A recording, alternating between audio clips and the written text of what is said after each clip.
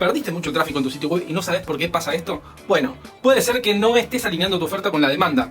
Y en mi caso, el consejo que puedo darte es que cambies de contenido. Pero no estamos acá para hablar de eso. ¿O sí? No, Pat, no. Ok, entonces vamos con la otra posibilidad, metiendo una elipsis hacia el futuro. ¡Ah! Las cosas de antes eran mejor. Antes todo esto era campo. No compren NFT. ¡Ay, cómo me duele la espalda! No tan el futuro con la elipsis. Ahora sí, en el presente. Como dije 10 años atrás o algo así, quizás si perdiste visibilidad en tu página es porque puede haber sido penalizada. ¿Querés saber por qué pasa esto? Ajá. Ok. Mira vos. Ah, mentira. ¿Cuándo te dejé hablando solo? A ver, decime. Me gusta pensar que hay alguien del otro lado tratando de interactuar conmigo. Gente, esto es un video, es unidireccional. Solo puede interactuar conmigo en la caja de comentarios. De nuevo decir. Está guapo cómo te tiene la interacción, ¿eh? Empecemos por el principio. Algún día empezaré por el final y no van a entender nada. Primero, ¿qué es una penalización? Una penalización SEO es una acción que se aplica a tu sitio web para perjudicar su clasificación en los resultados de búsqueda o incluso eliminarlo por completo.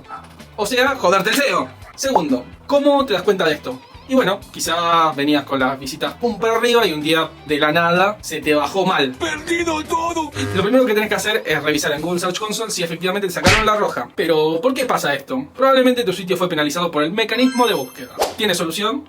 Sí. ¡Qué bien! ¿Es fácil? No mucho. ¡Qué mal! ¿Depende todo de nosotros?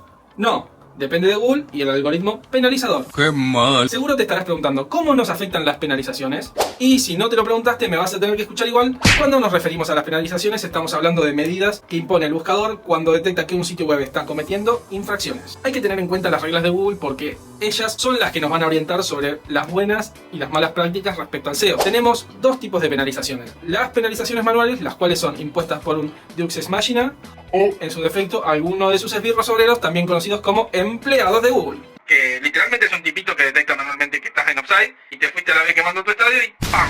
A la mierda del sitio web. Luego tenemos las penalizaciones algorítmicas que aparecen por no cumplir las directrices de Google basándonos en el algoritmo que usa actualmente para la búsqueda, rastreo, indexación y posicionamiento de los resultados de búsqueda. ¿Qué pasa acá? Es así. Google cambia su algoritmo cada tanto para mejorar su eficiencia, por lo que tenemos que mantener nuestra web siempre actualizada para que matche con estos cambios. Hay que prestar mucha atención a lo que dice el Googlebot. En su momento era el RankBird, antes del Hummingbird, o bueno, en el futuro será el próximo algoritmo de turno. Las penalizaciones más comunes son el Thin Content, que acá vamos a ver en la derecha cómo sería un contenido normal versus el Thin Content, que básicamente consiste en páginas con contenido pobre, escaso o de bajo valor. Ejemplo más frecuente es el de las fichas de producto de las tiendas online, donde apenas hay una frase describiendo todo un producto que se vende. Entonces esto es considerado como contenido escaso. Acordate que mientras más detalle mejor. Entonces, a veces menos es más y a veces menos es tan solo una penalización. Consejo: llena bien la ficha de producto, agrega fax, agrega contenido como sea, pero agrega contenido, para evitar que tu contenido sea contenido escaso. Número 2. Enlaces extraños o raros hacia tu web. Hojaldre con los backlinks. Un enlace poco natural que claramente puede corresponder a un link comprado será penalizado en cuanto se detecte. Así que no sean boludos, fíjese a quién les compran. Digo, no compren. 3. El contenido duplicado. Siempre es importante tener material original que no se repita en otras webs o en tu propia web. Que, por cierto, copiarte todo el contenido de una web es como un sordo en una subasta. Parece que ganaste algo, pero ¿a qué precio?